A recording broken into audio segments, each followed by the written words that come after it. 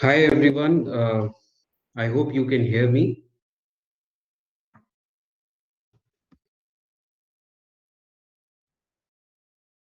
Shivani, can you confirm you can hear me? Sir, you're audible. Okay. Thank you for everyone who has joined. This is one of the first webinar of the series that we are holding for the startups that are registered under the DPIIT. And if you're new to this particular platform, this is Zoho platform. If you're new, you can familiarize yourselves. If you have a question, you can type in the question box, which is there on the left of the panel. You can see me. You can also see my presentation, and you can see the other participants also, and hopefully you can see the questions also, which are there. So now that you are a startup, you must be aware that you can register your trademarks, and there is certain support from the central government, from DPIIT, under the scheme that you can avail. In this session today, we will learn what is a trademark, the various types of trademarks, trademark classification, what is the use of trademark, how the trademark is actually examined, the procedures involved during the opposition of a trademark, and the rights of a trademark holder, trademark proprietor, and the use of trademark with respect to the domain name and social media. So these all constitute the basic concepts of the trademark. Now there are certain advanced concepts also that I will take in another webinar. But today is the day for basics. Okay. Now a few important notes before I begin. This is a 60-minute duration seminar. You have to mute your microphones if not done already. You can type in your questions in the questions window. After the webinar, you will receive automatically an email with all the hyperlinks which are discussed in this particular webinar. So there's no need to note down or copy any hyperlinks here. You will receive them as a part of the email. You'll also receive a recording of this particular webinar. So if you want to see it later, if you want to revise what you've learned here, you can always go back. You can also, submit your feedback, and trademark is a very uh, uh, personalized matter for each of these startups. So if you're not able to discuss the specific issue which is there with your own trademark, your company's trademark, you can book your time. You can book reserve our time via an appointment link, which will you will receive as a part of the email subsequent to this particular webinar. So we will take question and answers at the end of the webinar, and let us begin. So 5 years ago, when this scheme was started by the central government, this was not so complicated. Now we have a portal which lists hundreds of different facilities that the registered startups can actually avail from various ministries. But when it began on January 16, 2015, then it was only a few facilities were available to startups, and one of the first facilities were IP facilitation. So many people confuse in IP reimbursement and IP facilitation. So this is not a scheme to reimburse the money that you've already spent on IP registrations. This is basically a scheme wherein government is saying that we have certain list of patent facilitators, trademark facilitators, and you can avail their facility, and you need not pay any professional fees to those facilitators. And the professional fees to those facilitators will be paid out by directly from DPIIT. So you have to pay a certain amount of discounted government fees, but you don't need to pay any professional fees to the lawyers, and the professional fees to the lawyers will be settled directly by DPIIT. So I'm one of the facilitators here impaneled onto this scheme. Me, along with my organization, my team members, we have facilitated several startups.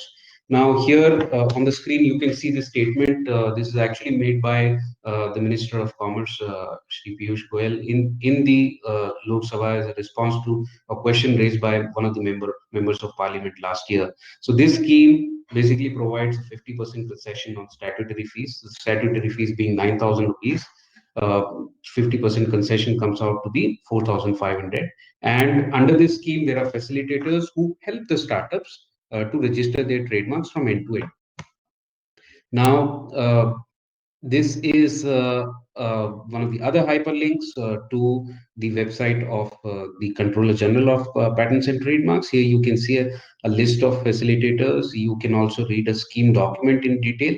If you can see here, public notice uh, for scheme for facilitating. So you can see what all different things are covered here, what you get, what you do not get.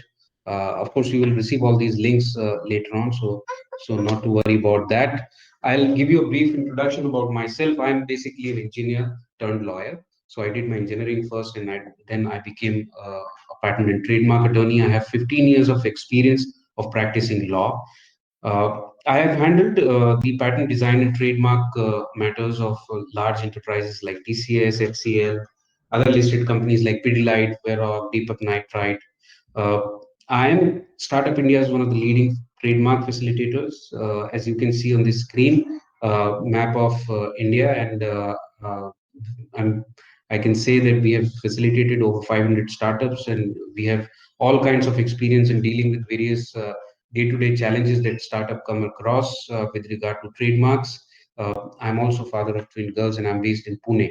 Uh, Most of the startups come from Maharashtra and Karnataka, as you can see, almost half of them from here. But the other states also have startups who we have facilitated for trademark registration. Now, today I'm going to explain you the concept of trademarks using, a story of one of the imaginary clients, and I will touch upon the various aspects of trademark law using this particular startup, which is basically a Bangalore-based cafe startup. And I mean, like all startups, they also did a few right things. Finding a good place in Indiranagar, in the heart of the city, and with good rent, parking space. They recruited good talent. They are serving the customers well. Their recipes are very well. Uh, their choice of various coffees is also very apt for this particular market. And now they also got registered under DPIIT, the Startup India scheme, because they have a scalable business model, and they qualify under the definition of the startup under the Startup India scheme. Now, they have named their startup as Kippy, as you can see here, and they finalized this logo amongst all these logos of coffees that they are serving, because their frappe coffee is very popular.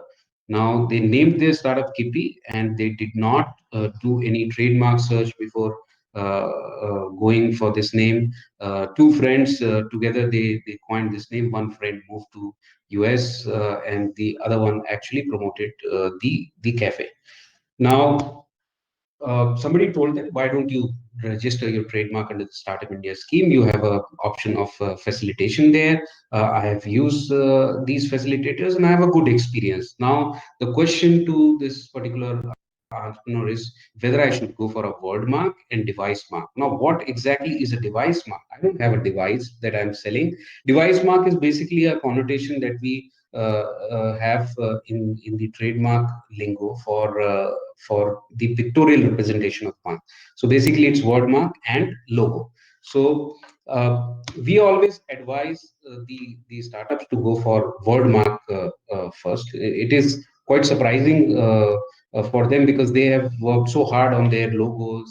They've got it designed from a third party artist, and they've used certain colors, shapes, and designs, which is very, which to which they are very emotionally attached to. But we always tell them that let the device mark take a back seat, register the word mark first, And if possible, I mean, if you're coining the names of your trademarks, if you're coining a names of your products or company, it is always advisable to not to use certain dictionary words. Use coin a new word and register it in black and white first, and in normal font. So as you can see, there is a stylized font in Kippy, but as a trademark attorney, we advise them to register it in a very normal font, so that in black and white, so that all different permutation combinations and styles of that particular trade name is covered.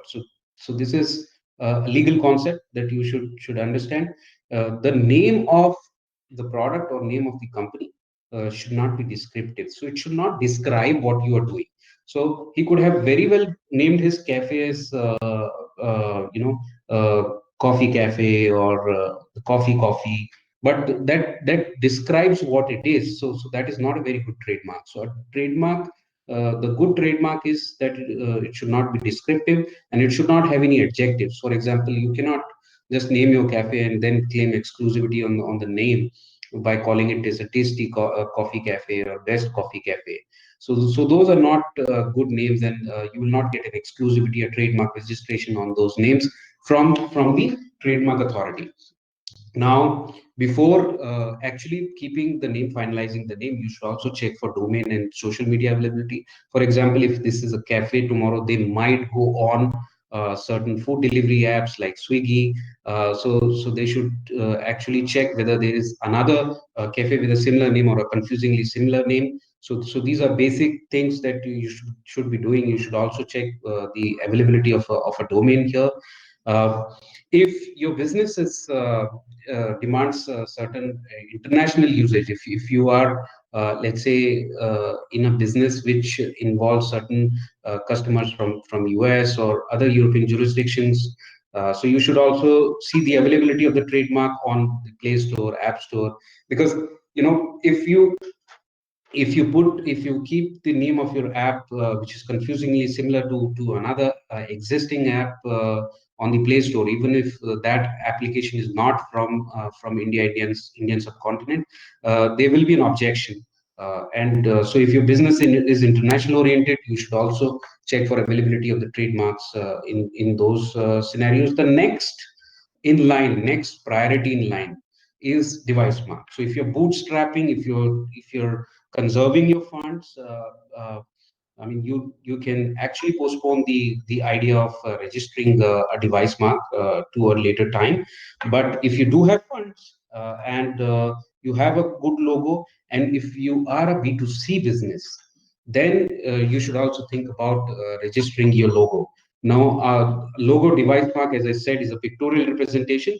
It can have a combination of a word and a picture. It can be only picture, or it can be a word with certain shapes, which make the entire device, entire artwork as unique.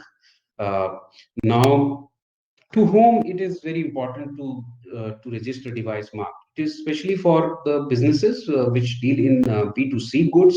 For example, you're making biscuits, or you're making cookies. So you are in the business of making these goods which will be consumed by a large set of consumers, and some of those consumers may identify your goods based on the distinctive artwork, this distinctive logo that you have, for example in Parleji case. So in those cases, it is very important to register the trademark for the picture. And again, as a trademark attorney, I will advise you to register that in black and white, because if you register in black and white, you cover all the color variations. Now, this picture also should have, this device mark should also have certain distinctive feature. In this case, I have dotted lines, I have, have frappe coffee, which makes this whole picture in distinct, distinct from the other existing marks. You should use your logo in your invoices and in your promotional materials. And You should also take a no objection certificate or an assignment agreement from the third party artist or the logo designer. Many of us we either reach out to a freelancer or a friend or a friend of friend to design the logos, and then we don't realize that there's no paperwork, and later on there may be a case that there is a dispute between the artist, because the artist is the first owner of the intellectual property that lies in that artwork. And if it is not properly transferred from the artist to your startup, so then you may have a future trouble. Or in this case of Kippy, I told you that there were two friends who started this cafe in Bangalore. One of them actually moved to the US and later on claimed that she holds the copyright of this particular artwork. And there was a huge struggle, and notices have to be served, and finally the logo, the rights of the logo were transferred to this particular person in Bangalore. Now, uh, many of us, we try to keep names which are not sometimes descriptive, but also sometimes which are similar to certain other existing marks. So we have to be sure that it doesn't happen. Our the spelling of the word mark that we have should be distinctive and should be clearly be distinctive from the other existing similar marks, and it should not also be sounding similar. So there should not be phonetic similarity also. Now, how does the code actually judge whether two marks are similar or not? They consider from the point of view of an individual with average intelligence. And from this person's eye, who's an average intelligence person, they see whether he is likely to be confused or not. So just adding a prefix or changing certain letters and spellings may still not avoid any likelihood of confusion. I have a few examples here in the first row. If you see few spelling, few letters are changed, but overall look and appearance of the mark remains the same. So there is a likelihood of confusion between Platinum Puff and Platinum Plus, in Zirco and Cozirc, in Crossover, which is written three different ways here, in Lakme and Like Me, Asian and Asian. If you see on the second row here, I have few marks which are visually similar, Seco and Seco. I mean, they're phonetically similar. I'm sorry. Cresco and Cresco are phonetically similar, so they will be rejected. I mean, if Cresco starting with K is a subsequent application, it will be rejected in view of the prior existing application. Similarly, intellect and intellect, even if the spelling is different, but just this one letter difference does not move the consumer away from the confusion that he is likely to get into. So this is how the similarity of the trademark is analyzed, and there are examiners in the government office, in the trademark examiners who do this kind of activity day in day out. So they will make an objection, and then your mark will not be registered straightforward. It will go for hearing, and you are also likely to receive an opposition or rejection. So, coming to the next question, how do you actually do availability searches? And you, as an entrepreneur, can you do it on your own? Yes, you can. So, there are certain resources which are available free of cost on the internet. The best resource for searching an Indian trademark is the website of the trademark registry itself. I'll give you the link as a part of the email which you'll receive later. Here you can type your word mark. You can also type a particular class and the description of goods that you are trying to sell under that particular brand name. Uh, the second important place where you have to search is the social media handle. So in one of the cases, for my client, the Instagram account was very important for promotion of business, but they realized that the Instagram handle has already been taken by somebody else. So they had to actually reach out to that particular person, and they had to purchase out that particular handle's rights. So this kind of complication also happens. We have to do availability search and knockout search, as we call it, before finalizing a particular trade name. It is also important to search the particular trade name on the Ministry of Corporate Affairs website to see if there is a prior existing company with that particular name. So you can search it here, put captcha, and then you will get the results. The next important place to search is a free database. It's called the Global Brand Database, which is run by World Intellectual Property Office. Again, I'll give you the link of this particular database by way of an email, which will follow later. And here you can see if the trademark is available in the other countries outside of India. So you may not have a business in UAE today, but you would like to open a branch of your business in UAE, or you would like to roll out your product in Thailand or Philippines or in Japan or Europe. So you want to see whether there is any conflict globally with respect to your trademarks with which you want to do business. It is very important to see this, because once you've coined the trademark, once you've started selling under the brand name, then you generate a lot of goodwill in your customers' minds. And it is not possible, believe me, to change the brand name in midway. So if you have worked 2 3 years on a particular brand name, you have 30,000 subscribers on your YouTube account or your Instagram account, and then you receive a trademark notice from somebody in Poland saying your trademark is infringing their trademark, and they have a prior registration. So it is very difficult to go back and do a settlement with those people, and basically do rebrand the entire marketing material and followers that you have created. So it is very important to do this activity upfront. Of course, you all must be knowing how to search domains. There are various registrars of domains who will allow you to search this free of cost. Now, as trademark attorneys, how do we do it? So we do it very smartly. We have, of course, access to paid databases which use a lot of artificial intelligence to search uh, the brand name inside of the logos, written in various forms. So we need a lot of artificial intelligence and specialized way of searching for this particular trademark. So we use, for example, this trademark database called Mike Legal. I'll show you how we search. So this particular video, uh, basically, you have to search Kippy here. Uh, this is how we do it. Flash search, which we run, and let's see if this trademark is available, or I have to rebrand my cafe altogether.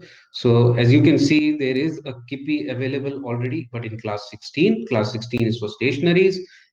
Class 16 again. So it's not really there in my particular class. My particular class is 43. 43 is a class that covers cafe.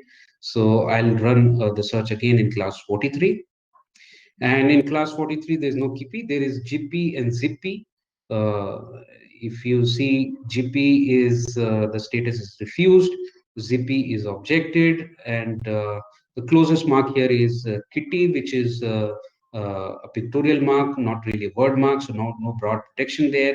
And Kippy and Kitty are not so similar. So I do have other options here to do various kinds of searches. But in this particular case, I do have a freedom to operate here. I have a freedom that I can go with my mark, because that is available. I'm lucky. Otherwise, I could have got into trouble for this particular mark. So we can give you this AI-based search report free of cost. Of course, you have to fill up a form, and which you receive as a part of the email after this call, after this webinar. And then you can test whether your trademark is available or not. Now, I did enter here class 43, and you must be wondering, what is this class 16? What is this class 43? There are basically 45 classes which are there under the trademark classification system. Now, this classification system is harmonized across the world. There was a treaty which India also signed in a city called Nice in France. So it's also called Nice classification. Under this, there are 45 classes. From 1 to 34 are the classes that cover goods that are tangible goods, and from 35 to 45 the classification is for services. So now, if you're in the goods business, you have to search in 1 to 34. If you're in services business, you have to search from 35 to 45. I'll tell you how to structure the query for various classes.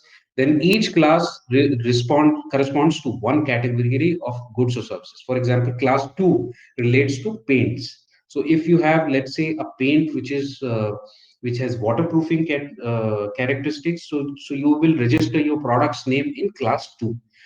Class 43 is for restaurants and cafes. So you will register your mark in 43 if you're running a cafe like Kippy Cafe. Now, once if you registered your trademark in one class, that does not imply that nobody else can register in the other 44 classes. No, it is. Other people who are in different line of business have a freedom to register the same trademark in other classes. For example, if tomorrow somebody wants to launch t-shirts by the name Kippy and the class of t-shirt is different from the class of the restaurants, so he can very well do so. So only businesses who are like very diversified, let's say Bajaj, Tata, they will have registration in all 45 classes because they have all kinds of businesses under the umbrella of their brand names Tata or Bajaj. So it's often that you are a small business, but still your trademark may fall under two different classes. For example, if you're a software company and you're into the softwares which can be deployed over SaaS and which can also be locally stored and run on the machines without internet. So these two different softwares from the trademark angle would be considered as a downloadable software or non-downloadable software, and they would fall under two different classes. Downloadable software run locally on the machine would fall under class 9, and the other softwares which are run over SaaS would fall under class 42. So basically, you have to decide how many classes, and you have to figure out how many classes your business falls in. And if you are bootstrapping, again, I would say that register for critical classes in the beginning and then go for the expansion of these classes. So, Shivani, you want to take any questions? Uh,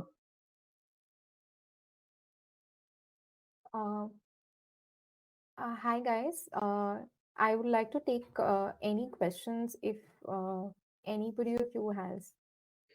So if you have questions, you can type in the question box, and we will, stop in the middle and we will take these questions. Now let us see how to search classes. This is one of the website which is best for searching of classes. You have to go here. You have to select this CGPDM, which means the Indian classification system. And for example, for cafe, I typed in coffee, and I will scroll in here and see coffee falls under class 30. There is brewed coffee, there is ground coffee for, and all of them have different classes. But then I realize I'm not selling coffee. I'm actually selling these services, coffee from a cafeteria. So I have to select services. Now in services, you can see I have class 43 is a coffee house, and class 35 is for online retail store featuring coffee. So these are the two major classes that I believe I will fall in, unless I'm selling the packaged coffee like Starbucks also. Uh, so next thing is I do have sandwiches also on in my cafe, but the best word here is cafe. Cafe again is giving me results for class 43. So best class for me is 43 and 35 if I'm also making my cafe visible on Swiggy, Food Panda, and the other food delivery apps. So I will go ahead and register my trademark in class 35 and 43. Now, depending on how much budget I have, I will decide whether I need to register both trademark and logo, or I only register the logo. This is how the cost structure looks like. Very important for any startup. As you can see here on the left hand column, I have the mark. So there are two device marks, means the pictorial representations, and the two word marks. Word marks, as I said, will have preference. Uh, uh, for all four marks, I have these different classes, 45 and 33, 35, 43 and 35. Now, government fees, as I said, is 50% discounted for a startup. So if you will upload your DPIIT certificate that you must have received along with your application, you will receive a discount of 50%. 9,000 fees becomes 4,500. There is a professional fees of 2,000 rupees per trademark, but as I said, this professional fees is paid to us by DPIIT. So you only have to pay this 18,000 rupees, which is the government fees for filing of these four trademarks. In case you've decided to, it becomes 9,000. So the fee calculation is as simple as this. Now, you could have done this via the other online portals also. There are so many other portals which are there, but I would say that most of these other sources they have they would not really give you this the whole advisory. They might not give you the whole advisory with regard to use of, for example, filing of evidence of use. Now, what is evidence of use and why you need to file this? Uh, the logic behind any intellectual property registration is that when government is giving you exclusivity to use a particular trademark, they say that you cannot just sit on that trademark. You have to use that particular trademark. So of course you can file a trademark on proposed to be used basis also. That means you will use that trademark in the future, and you will provide the government authority a proof of use in the future. But then if you're already using that particular trademark, you have to give certain evidence of your use of the trademark to the government by way of an affidavit. Affidavit is a document that looks like this. As you can see on the screens, you have to basically sign this document before a notary in your local jurisdiction. So if you're based in Kolkata, you have to probably go to a notary near to your house or office, and he or she will actually notarize this. And in this particular affidavit, and we will draft this affidavit for you. Basically, we will mention all the use dates with regard to your trademark, and you will get your rights from that particular use date. So let's say you're filing a trademark in 2021 today, and you started using your trademark in 2019. So you'll have to put a proof here, evidence here that when did you first use the trademark in 2019, whether it was at the time when you purchase the domain. So you have to actually give the domain name receipt. If you purchase from domain name from any registrar, let's say Google, GoDaddy, so you have to give that receipt. If you started using your trademark by way of a board in front of your cafe shop, if you started using it on a bill receipt, if you had an agreement with an artist who designed this, an artist had put a picture of that particular uh, logo on the invoice. So these are few proof that you can evidence that you can provide us, and they should have date that we could mention on the affidavit. You might have already ordered some kind of marketing material, for example, standees, or you might have created certain social media accounts where you would have had certain followers. You might have posted certain posts on the internet, on Google, Facebook, wherever. So you need to dig out the first commercial use of your trademark, and you have to provide that to us so that we can put it in the form of an affidavit, and you get your rights from that particular date. Now, this is one of the sample invoices that I have put in. So invoices should not just have the your address, but there is no logo. So it is a good practice to actually use logos in your invoices or purchase orders or bills. Uh, and it should also mention the goods or the services that you are selling under that particular invoice. So here, if you can see, I have a dummy invoice and it's written cafe services. Because I'm using this particular trademark for cafe services, uh, I can put this as a evidence of use in my affidavit. The other things that you can give is the date on which you first uploaded your company website, date on which you ordered certain brochures or pamphlets, your followers on a particular date, Facebook, Instagram, Twitter, LinkedIn.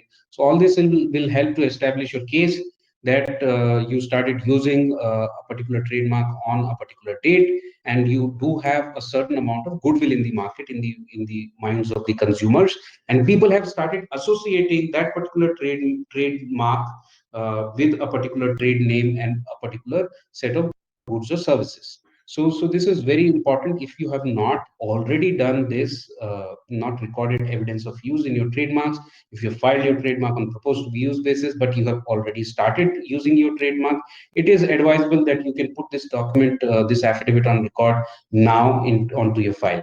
Now, moving to the next part is the life cycle. So once all these documents are prepared, the search is done, trademark is cleared for filing, the evidence of use is done. Now, what is the next step? Next step is filing and formalities. We will do this. The best part of the trademark registration system is that entire process is automated. It's electronic.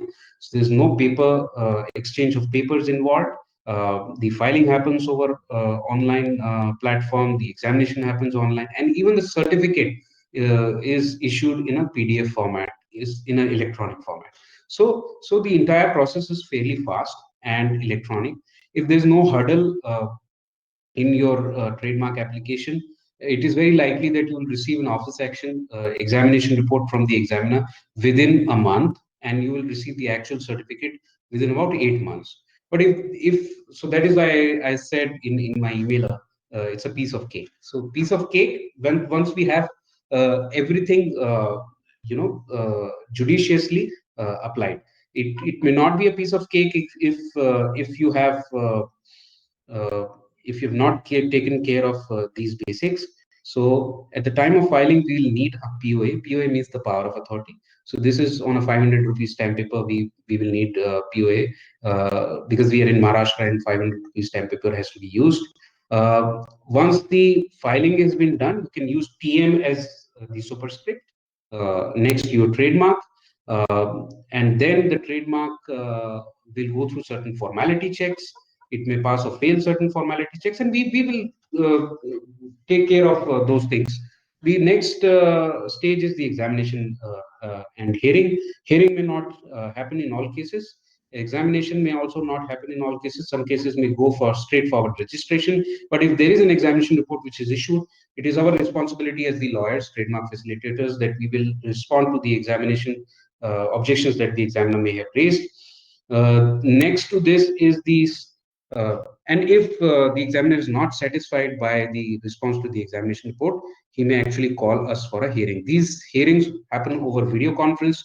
So again, the process is automated, as I said, and we make a representation on your behalf before the trademark officer that why your trademark should be registered. And once the examiner has accepted the arguments, or the examiner has accepted the application is published. What do you mean by published? Published is basically a publication in a government journal, and this journal is published weekly. So the government publishes these trademarks and then waits for 4 months for others to take any objection. So let's say if I published my application for Kippy is published, and then there is some Kippis who also has a cafe in Indore, for example, and they want to take an objection for my registration of the trademark. So they can do so in these 4 months time period. If nobody has filed an opposition, then my trademark will go for registration, as a registration certificate will be issued. But if somebody has filed an opposition, then you'll have to deal with the opposition procedure first, and then only the trademark will be decided to be registered or not registered. Now, these opposition proceedings are long proceedings. Currently, frankly, there's a waiting period of 4 years for getting 3 to 4 years for getting the hearing. So you don't want your trademark to be opposed. So it is very important for you to do this due diligence before filing a trademark. And then finally, the registration and watch step. Registration, as I said, an e-registration certificate will be issued, which will be valid for 10 years. So that means 10 years you have to do nothing with respect to that particular registration, and only after 10 years you have to renew it for another 10 years. So there is no limited life for this particular trademark. You can keep renewing the trademark for 10-year block period. And what other activities you're supposed to do after registration? You have to watch for the weekly journal and see if others are also protecting a mark which is similar to you, and you have to also file an opposition against others. Now, what is opposition and why you should be filing oppositions? See, generally, we are not so entrepreneurs are not so aggressive by nature, so they do not file an opposition, and they realize that their trademark is diluted over the time. This also happened with this entrepreneur, Kippy from Bangalore. He realized that three other trademarks were registered while he was not monitoring the weekly journals, and the first one being a dog food uh, trademark which got registered. The other one is another cafe which came in the neighboring locality, and the third one being a GPS app which was launched. So, uh, you know, ideally, we would say he should have watched this and he should have made opposition, especially to the dog food, because if there is a cafe and then there is a dog food brand, so this really did detriments to the goodwill of the brand. Kips is very similar, I would say, to Kippy, and he should have stopped this particular trademark, because now some consumers who want to order from Kippy are actually placing their orders on Kips. I mean, there was no problem with the GPS app, anyways, because these are two different, distinct businesses. So this is how you should actually keep monitoring your trademarks, and you should file for opposition. And sometimes you should also, reach out to your lawyers to send cease and desist letters. If the two businesses are different in nature and they're not going to harm each other's goodwill, and their customers are distinct, their channel of sales is different. So there's also a possibility that these two businesses may come under a coexistence agreement. So all this is done by the trademark lawyer. This is basics of trademark. This is where I conclude my presentation. There are advanced concepts of trademarks like franchising, licensing, assignment, monetization, and enforcement, filing civil suits. Those we can take up in the next lecture. As you can see here, this is we are going to take subsequent seminars also, webinars also, on certain other important topics relating to relating to trademarks. For example, we'll take one on international registration of trademarks via Madrid Protocol. So it is a very inexpensive way of internationalizing your trademark. So if you have created certain amount of goodwill in other countries, but you have not registered your trademark, you can use Madrid Protocol as an instrument to internationalize your trademark. There is also a seminar that we have lined up on use of trademarks on Amazon Seller Central and even Flipkart and other e-commerce platforms. So if your products is listed way back on Amazon or the other portals, and you want to highlight your product, you want to come in searches, you can use trademark and the other intellectual property as a trump card. So there are secrets to that we'll reveal in these upcoming seminars. And now I will take up questions from you if you have any. Uh, so, sir, we have a few questions that have been mentioned on the Q&A board. Uh, Yes, please. so I'll take up the first question. Uh, um, Miss Sheetal Mahadik, she's asking that she needs the steps of registering a trademark. So, Sheetal, I think we have already dealt with this in our one of our slides, but I'll also just quickly, tell you on how to register your trademark. So, you have to do a first basic public search of your trademark once you decide your trademark. If it's available, then you can um, start with the filing formalities. So we need documents such as power of attorney, user affidavit if your trademark is in prior use. Once these documents are ready with you, then we'll ask you for the government fee. Our accounts team sends you an invoice. We ask you for the payment. Once the payment is done, we file your trademark within 2 working days. So this is up till the filing stage. After that, the trademark goes for a examination to the trademark examiner. The examination takes around 1 month. They look into things like whether your trademark is similar to some other trademark or not that is already existing on the trademark registry. Or there are other criterias as well, like Sir had explained to you whether your trademark is descriptive, uh, uh, or maybe against the law, or is it having any symbols, and so on and so forth. There are certain criterias which the examiner looks into. Uh, if there's any objection raised by the examiner based on these grounds, we get another 1 month time period to reply to these objections. And this is free of cost from our end. We do not charge you for this. And if that written reply is being accepted by the registry, your trademark is being accepted. If it's not accepted by the registry, you are called upon by the registry for a hearing, and you get three chances for that. And then the registry decides whether the trademark has to be accepted or not. Once it's accepted, the trademark is then published in the journal.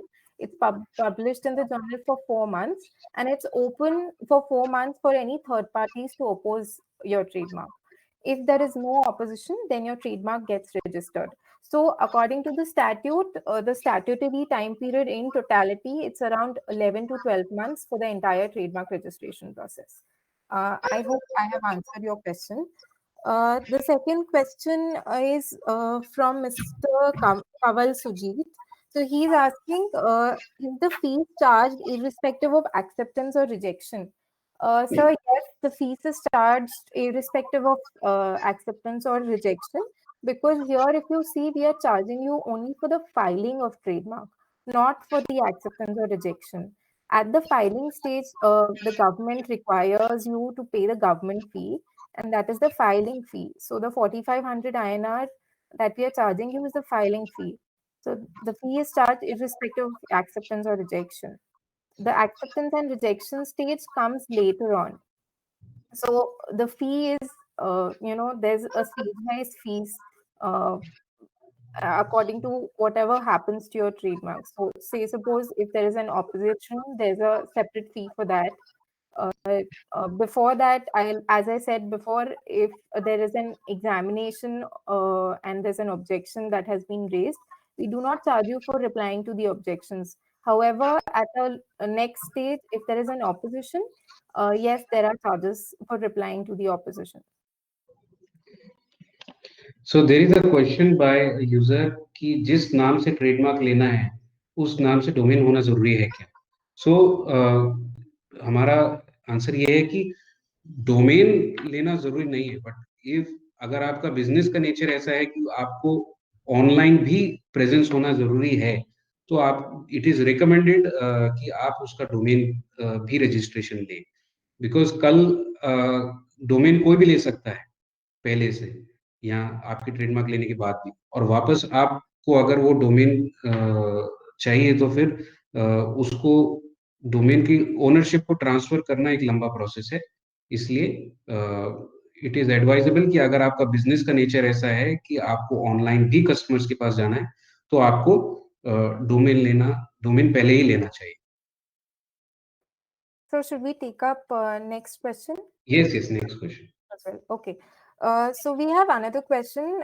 The person says that his company name is Axel Web Technologies Private Limited, but they generally refer to as Axel Web Tech, and the website is also axelwebtech.com. So which mark should he file or choose for trademark? So, sir, it's your call. There are clients which we have had experience with before. They wish to file for both Axel Web Technologies Private Limited, because generally what happens is, if you are designing a logo, you tend to write the entire company name in your logo, Axel Web Technologies Private Limited. So when you're filing for a logo, you file for the entire logo, Axel Web Technologies Private Limited. But as we advise that if you have to prioritize, you have to file a word mark So when we talk about a word mark, we advise clients to file only for, like in your case, I'll take an example. You should go ahead with Axel Web uh, Tech, uh, because technologies private limited, they are very generic words. They are common in nature. Those trademark, those names should be avoided since they are common in nature. Technologies private limited, they are common, so should be avoided. Uh, I'll take another question. There's one person who's asking, what is the difference between R and TM superscript? So, sir, the difference between R and TM is, once you have filed the trademark, say suppose you have filed your trademark application today and your trademark is Kippy. So you can start using Kippy, and along with Kippy, you will start using the symbol TM in superscript. That means Kippy, and towards the right hand side, upward right hand side, you'll use the symbol TM. That means TM is superscript. Only after your trademark Kippy is registered, you'll start using the symbol R in a circle. That means your trademark is registered. So this is the difference between R and TM. So we have one more last question. Uh, One person says, we have a 1-year-old registered trust and the trust has a logo that we are using. Would you advise to file TM for the trust? If yes, do we have to file for both name of the trust and the logo? So yes, we would definitely advise you that if you're using a logo, you have a logo, you should definitely file for it. As Sir and me, we have been saying that yes, you should file for both word and logo to get a broader and a stronger protection. But if you want to prioritize, and if you're not, doing any online business, you can go ahead just for the word mark. Or else, if you have an online business, you can go for the logo as well. So next question is by Sheetal. She's asking on which website we can check the trademark status. So after the seminar, you'll receive an email. In that email, there would be certain hyperlinks, and one of the hyperlinks is there, which can be used to search the trademark status. Further, next question is, and this is a very good question by Dr. Anita. Domains can have .in, .com, .org, etc., and it is too costly to take up all the domain names. But if we just take just one domain, there is a danger of others taking the other domain extensions. So now, Dr. Anita, let me tell you, it's not just .com, .in. Now the right-hand side of the dot, that means what comes after dot is open.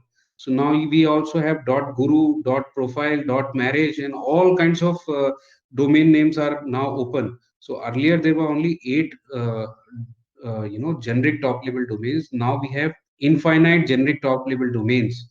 Now in this era, how can we actually save ourselves, our trademark, our brand, and how many domain registrations we'll keep taking? So the solution is very simple. The solution is that you have to take a trademark registration.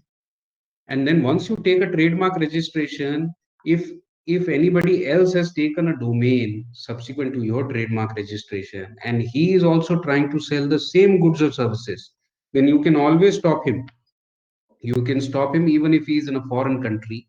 So you can send him a notice. You can send a notice to his registrar. That means if he has purchased domain from GoDaddy, GoDaddy has an intellectual property policy, a trademark policy, and GoDaddy will block his website in his domain.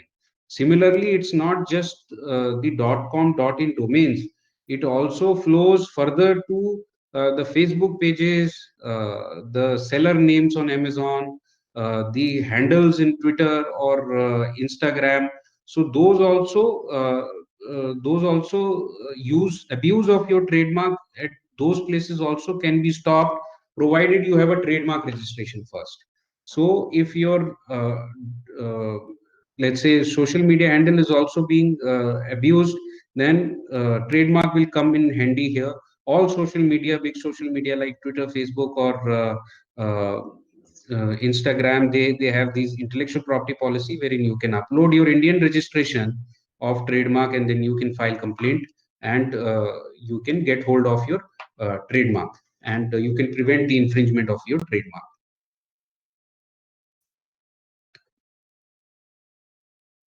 So I think we have answered all the questions which are there.